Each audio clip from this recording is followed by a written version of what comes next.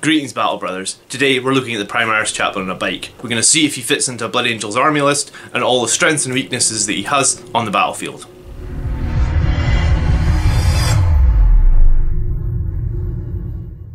If we're just meeting, I'm John, the Blood Angels Commander. Thank you for tuning into the weekly tactics video, and if you want regular Blood Angels content on your YouTube homepage, then please consider subscribing. Okay, so we're going to start by looking at all the different options of chaplains that are available to us. So, the shared stats between chaplains are weapon skill 2, ballistic skill 3, strength 4, attacks 4, leadership 9, 3+ save, and then the 4+ invulnerable save from the Rosarius. So, a regular Primaris Chaplain is movement 6, toughness 4, 5 wounds, and he's 85 points. So it's just 30 points more to get the Chaplain on the bike. Increases his movement to 14, increases his toughness by 1, and gives him 2 extra wounds. And then he has the ability to turbo boost that bike for the full 6-inch advance. So for 30 points straight away, I mean, it looks pretty decent considering some of other characters are charged like 20 points, 25 points even to get a jump pack. So this is almost like getting your +1 toughness and your +2 wounds for like as little as just a few points. We can get the Chaplain in Terminator armor, so he moves 5, toughness 4, wounds 5. He obviously has a 2+ save if he's in the Terminator armor. He gets teleport strike, so he can deep strike into the battlefield, and he can also take a combi weapon if he's in Terminator armor. The old Chaplain, so the very original model, can just move 6, toughness 4, wounds 4, combi weapon and pistol. And then for 105 points we get the Chaplain with the jump pack. So that's move 12, again toughness 4, wounds 4, again combi weapon and pistol options. I believe the regular Chaplain also has the ability to take a close combat weapon.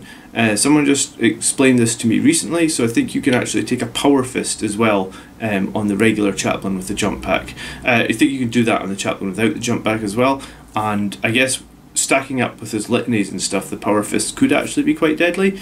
And then if we look at our named characters, we obviously know we have Astaroth, who gets movement 12. He actually has a ballistic skill of 2+. I think that's maybe a typo, but that's what it is on his datasheet in the PDF. Toughness 4, wounds 5. He has his axe, which does 3 damage and is -3. He's actually the Master of Sanctity, so you can do 2 litanies per turn. And he's a morale buff for both core and death company units. For 120 points we get Lamartas, who moves 12, toughness in 4 and wounds of 4. He has just a Blood Crozius, which is basically the same as a regular Crozius, but it's just -2, and he lets the Death Company reroll charges. He can do 2 litanies again, but they only affect the Death Company, and his morale buff only affects the Death Company. And then the final thing for the Chaplain options is we can take the Master of Sanctity for 25 points, and that obviously lets our all of our chaplains, the non-named guys, have the ability to do 2 litanies per turn and no 1 additional litany. So if we did put the Master of Sanctity on our Primaris Chaplain on the bike, then we're looking at 140 points. So coming in sort of in between Lamartas and Astaroth, I guess the advantage of the Chaplain on the bike obviously is his 2 litanies would affect everyone, whereas Lamartas is linked to just the Death Company.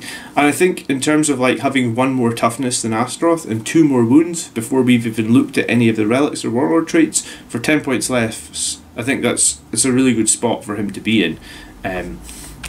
Okay, so here's his overall profile then for the Chaplain on the bike, like we just talked about. Weapon skill 2, ballistic skill 3, strength 4, toughness 5, wound 7, attacks 4, leadership 9, 3+ save. And yeah, 140 points, 2 litanies per turn. The Wise Orator Warlord trait gives him the abilities to cast those litanies on 2+ rather than 3+, so it's definitely an interesting Warlord trait to take. And if you do take Wise Orator, it can work with the next part, which is a litany can be cast in any phase and is guaranteed to be casted, so you don't need to roll the dice, for 1 CP with the commanding oratory. However, if you haven't taken Wise Orator, then it actually costs 2 CP. You can actually still do this though. And I guess the main advantage I can see on using Commanding Oratory would be this would allow you to cast a litany when arriving from reserve, because normally when you arrive from reserve, obviously you've missed your command phase, so you won't be able to cast any litanies. So this would let him essentially arrive from reserve, and put off a litany for 1 CP, which is and it always goes off. So it could be very important if you needed something to make your charge a little bit more deadly, or if you needed to survive or something like that. So we're going to look at everything, and we're going to start with like litany choices. So obviously by upgrading him to Master of Sanctity, we can cast 2 per turn. Mantra of Strength is obviously a very strong idea here, and it gives +1 attack, +1 strength, and +1 damage to the Crozius. So just casting Mantra of Strength on his base profile, I guess, would give him 5 attacks, 5 strength, and then the Crozius would do 3 damage per hit. This is very decent. So Canticle of Hate is kind of an auto pick for a lot of people, but I'm not so sure it's an auto pick for Blood Angels. It adds 2 to your charge roll for core and characters within 6. Pylon and Consolidation also increased to 6 inches. Just a little less valuable for Blood Angels, as this +2 doesn't actually stack with their +1 from Red Thirst, so it's actually really only a +1. I mean, it does make like deep striking charges or reserve charges a bit more reliable if you wanted to use it, but I guess if you could start this guy on the board and maybe run him with, like I was thinking of like running this chaplain with a Sanguinary Guard or something, so that make him the Warlord, so the Sanguinary Guard get +1 to hits. So if you did that, then maybe the next 2 choices, or maybe some of these other choices, are better for you. Litany of Hate, reroll melee hits in close combat for core and characters. So this is actually potentially stronger than the Chapter Master buff, because the Chapter Master buff you select on a single unit, whereas this is just an aura. So it would let him reroll, and it would let, like, for example, the Sanguinary Guard reroll as well. So if you did bring, like, Dante, for example, if he puts his Chapter Master buff on the Sanguinary Guard, then he can't cast it on himself. So this Litany of Hate is actually quite strong, I think, in 9th edition. And then Litany of Faith is very situational, and it protects against mortal wounds for core and characters within 6, and it basically gives us a 5+ feel no pain against mortal wounds. So I guess, yeah, it is situational, but do you know what? Like, I've come up against some Necron armies recently running like 2 different Catans, and those guys just spit out mortal wounds every turn, and normally like, it's very difficult to deal with. So having something like the Litany of Faith that could be situational and just protect against some of those mortal wounds could be very important. If we look at the other Warlord traits, so if we didn't take Wise Orator, so if we were happy with just our Litanies going off in 3s and we still having 2 of them, and still knowing that we could pay 2 CP if we were desperate to have one of them go off, what would be the other Warlord traits? Well, the Imperium Sword obviously lets him reroll charges. It lets him add 1 strength and 1 attack on a charge or heroic intervention. It would work really well with Mantra of Strength, as we just talked about. This would provide him with 6 strength, 6 attack, and +1 damage to his Crozius. So yeah, I mean, it's a very solid boost, especially with our +1 to wound. So at that point you wound like enemy toughness 5 units on 2s, which is definitely nice when we talk about the number of attacks that he gets. Iron Resolve obviously is an interesting choice. It just is +1 wound and a 6+ feel no pain. So if you think about how strong he already was with toughness 5, 7 wounds, he'd now be on 8 wounds with that feel no pain. Champion of Humanity, I feel that is a low value pick on Champion of Humanity on this Warlord. It's +1 attacks when you're in enemy engagement range of a character, and then +1 to hit and +1 to wound these enemy characters. But I really think you're already going to be hitting everything on 2s with, because there's no minus. Like with a Smash Captain, you usually hit a minus because he's got a Thunderhammer, right? This Crozius has no minus, so you're still just hitting on 2s, and you're re-rolling anyway. So I think Champion of Humanity, I don't see much value in it on this guy, but I mean, I suppose the only value would be is if you ended up in combat for more than like 1 turn, and then Red Thirst dropped off. Sorry, you'd still have the +1 to wound more than 1 turn into combat, and then obviously we have the Blood Angels. Speed of the Primaris Warlord trait, where it just lets you fight first that phase. So, or sorry, when I say that phase, it's basically you fight first every phase in close combat. So then if we look at potential relics, so there's actually a relic in the Little Blood Angels PDF that's okay for Chaplain, but I think the relic Crozius, the Benediction of Fury in the Space Marine Codex, is actually better. It changes the relic to be strength +2, so it would be 6 strength, minus AP, -2 AP, and 3 damage with 6 doing mortal wounds. So if you combine this with your Mantra of Strength and the Warlord trait, the Imperium Sword that we talked about before, then you'd be looking at like a Strength 8, -2, 3 damage, 6 doing mortal wounds. I feel like that relic kind of stands out to me as just like a really powerful high damage weapon that could... This is, I think, where the term Smash Chaplain even comes from. Like, this makes him a Smash Chaplain. This is crazy good. And just remember that Mantra of Strength also gives +1 damage. So you'd be doing 4 damage per swing with 6 doing mortal wounds, and you'd have like +2 bonus attacks from Mantra of Strength and your Imperium Sword. So you're potentially starting with 7 attacks on the charge, and then 8 if we get to Savage Echoes. So we'll talk a little bit more about that later. The Adaeum Mantle could give him a 5+ Feel No Pain, like if we just want him to be a bit more survivable. The Armor Indomitus could move his save from a 3+ to a 2+, because obviously this guy can't take a Storm Shield, so the only way really to get a 2+ save would be this Armor Indomitus here. That would give him +1 wound, and once per game you could have a 3+ invulnerable save for 1 phase. You could take digital weapons if you want. It's always an option on these characters, and it just gives you 1 mortal wound. You basically get to roll 1 extra hit roll in every combat, and if you pass your hit roll, you just do a mortal wound. So I mean, it's a good way to guarantee 1 extra damage, but I think if you took the relic, the relic Croziers, you'd be doing a lot more than just 1 extra damage. And then you could take Icon of the Angel, so core units within 3 could reroll charges. You know, he does move 14, so I guess if he was with a jump back squad, he could essentially get ahead of them a little bit. If they're still within 3, then they could reroll slightly longer charge than he does. Doesn't work on himself anymore. They changed Icon of Angel. It used to just be Blood Angels units, but now it's core, so it's a little bit weaker. So I think my favourite choice here really is the Relic Crozius. Okay, and then so max damage options. So we've covered this a little bit. So if we take the Relic Crozius to get the Strength +2, -2 AP, 3 damage with 6 doing mortal wounds, combo that with the Mantra of Strength and the Warlord trait Imperium Sword, 7 attacks on the charge, Strength 8 Crozius buffed to 4 damage. Hitting on 2s, but with the Litany of the Hate we could reroll all misses, and then with Red Thirst to be wounding toughness 7 or less on 2s. So this is going to be one of the comparisons we look at in the Mathhammer section in a little bit, and then we look at max survivability options. So Iron Resolve, +1 wound, 6+ Feel No Pain, boosting him to 8 wounds with the 3+, 4+, plus 6+++. So 3+ is a regular save, 4++ means 4+ invulnerable save, 6++ means 6+ Feel No Pain.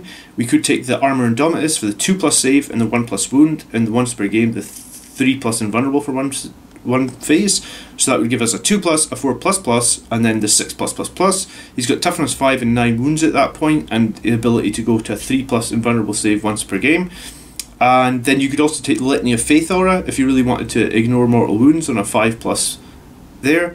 And then finally, the advantage of taking Master of Sanctity gives you access to this unique relic. It's called the Emperor's Judgment. And what it means is opponents get to do no rerolls for hits, wounds, or damage against the bearer. It does have an aura effect as well, but this video is just about him being a Smash Chaplain, so we'll cover that another time. But I guess the Emperor's Judgment, if you took that and maybe you took Iron Resolve, then you'd be toughness 5 with 8 wounds, a 6+ Feel No Pain, and then opponents would get to reroll nothing against him, which, you know, like, there's so many rerolls going around in combat in 9th edition these days that, yeah, that might be very, very strong. I guess you'd have to decide if you think that's more valuable than the 2+ save and then the 1 phase of 3+ from the Armor Indomitus. So if we look at attacks, hits, damage potential. So this week people were asking me if I could expand this a little bit to work out exactly the damage against different toughnesses. So I've tried to do just that. So on the top line here we have the Crozius. So it would just be, if he's just the base profile, he would get 5 attacks, he would do 4.1 hits, and then we've done wounds against toughness 4, toughness 6, toughness 8, and then we've done damage against toughness 4, toughness 6, toughness 8. So yeah, this should be very self-explanatory. And then second, it would be like the Relic Crozius. So you would still do the 4.15 hits. However, under there I've got 0.83 mortal wounds, because obviously 6s are proccing mortal wounds. So this is just the raw numbers of the chances. So I haven't carried the mortal wounds across here damage, because the mortal wounds will be done against any toughness, right? So you would just add these mortal wounds to these numbers over here. So if we had the Relic Crozius, you can see here we actually do quite a bit more damage, almost like 3 damage across some of these toughnesses and 2 damage against the highest one. If we do that, the Relic Crozius plus the Litany of Hate, so that is the rerolls for hits, then again we increase the damage in some of them just a little bit. If we take the Relic Crozius plus the Litany of Hate plus the Imperium Sword, so now we've got the +1 attack, +1 strength from the Imperium Sword, then obviously we wound even more successfully against all 3 toughnesses with that additional strength, and yeah, the additional attack really boosts his damage. So this is where I think he really shows that, like, at this point, I think this is as good as the damage we got out of the Captain last week. Like, I don't think the Captain ever did more than about 15 damage in a hit. And then if we did go for the max damage that we talked about, and we gave him actually the Mantra of Strength as well, then potentially, like against a Toughness 8 model, you're talking like he's got the potential to do almost 18 wounds and an additional like 1.16 mortal wounds.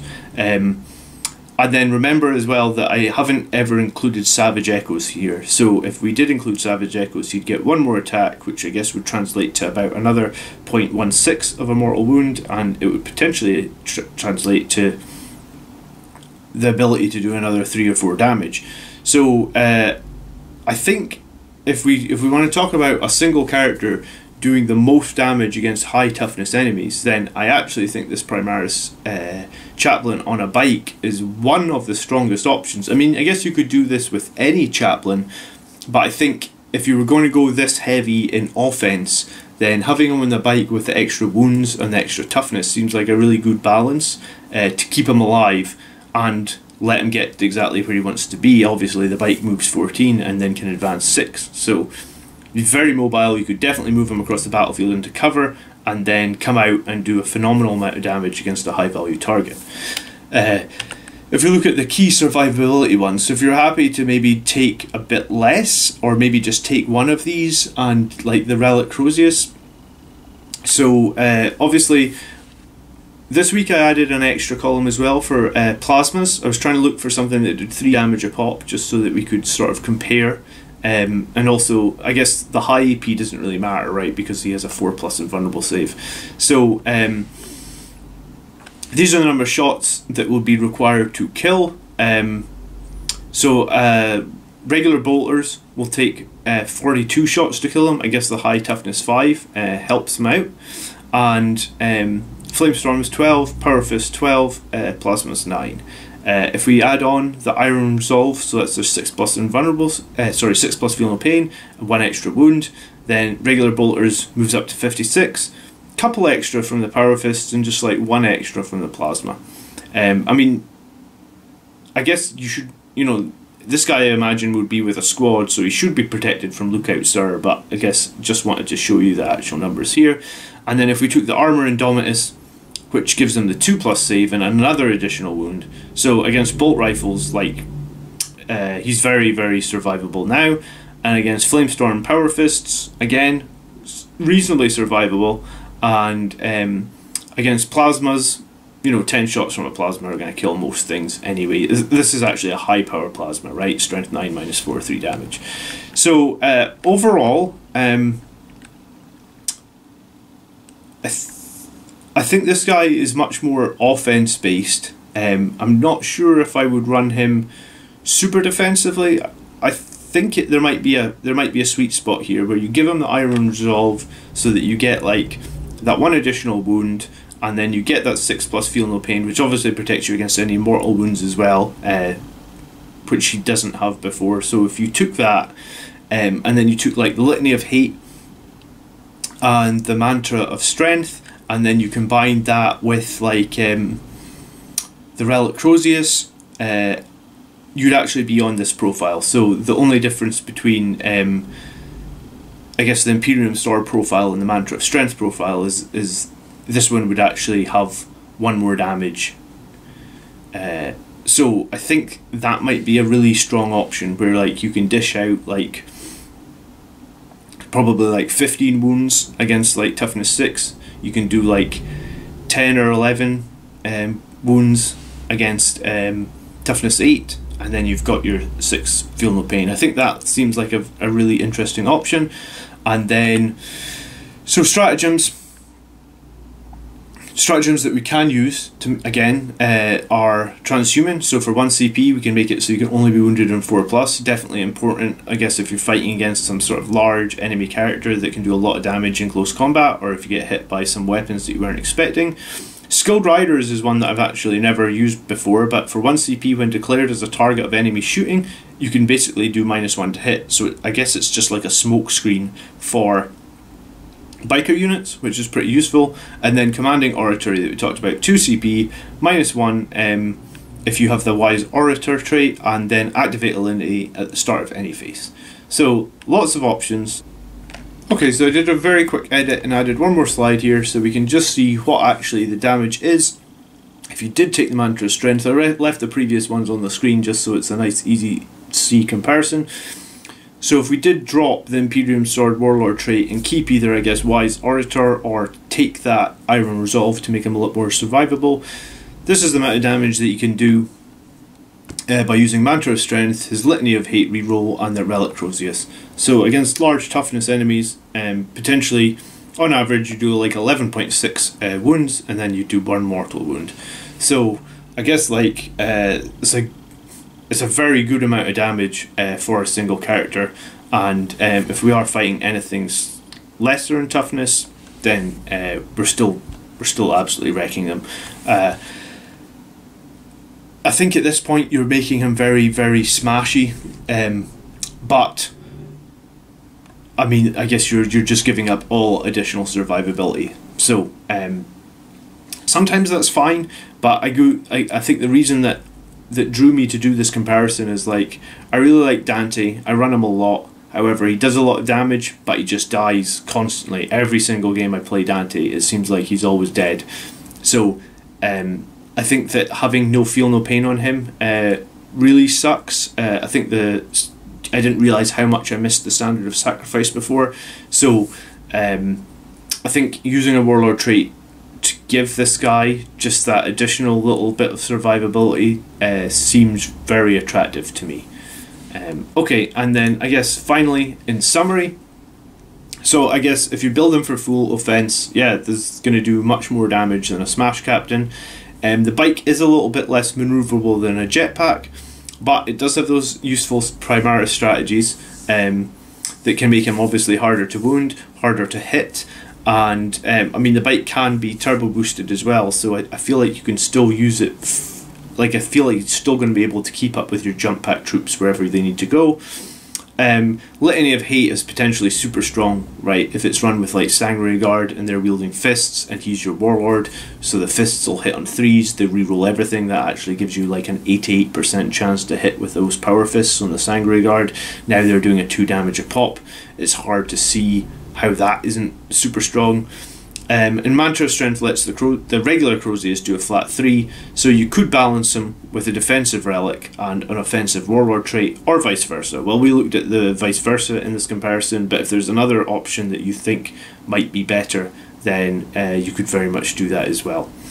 So anything else to say? Well, I mean, this guy is £29. They seem like the single characters are just pushing on up in price, which seems like a tad expensive. So maybe a good option would be to use like an Outrider's bike and see if there's a conversion there, or yeah, especially like with Indomitus trades and eBay around at the moment, that could be an option. But I would be interested in to see some people if they want to share. Like I did see one in a Facebook group of a very cool conversion, so I think I might try and do that, and if I do, then I'll obviously share it on the channel. So I got so excited about everything else in his close combat, I completely forgot about shooting. So quick edit here where we talk about the shooting. He has a twin bolt rifle, it's rapid fire 2, strength 4, -1, 1 damage. So I guess in turn 2 when you're in tactical doctrine, then it would be essentially -2. That'll probably be the turn you'd be getting into combat anyway. So 4 shots at -2 with 1 damage. It's pretty decent. And then when he does get into combat, he has the absorber bolt pistol, which is strength 5, 2 damage and -1. So I guess realistically, once you're in combat, turns 3, 4 and 5, then it's -2 and it's 2 damage and it's strength 5, so you have a decent chance to wound enemies. So just a random extra 2 damage that you can do even while tied up in combat. So comparing this to like various other shootings, like I mentioned Dante earlier in this video and how like this guy would essentially be a replacement for Dante, quite often Dante's out of range, especially like if he deep strikes, he's definitely not in range, right? So this guy would probably just, he wouldn't be able to burst as much damage, but over the course of a game I feel like it'd probably be similar, just because you do get those 4 shots in turn 1 and 2, and then you do still get a reasonable 2 damage pistol throughout the rest of the game.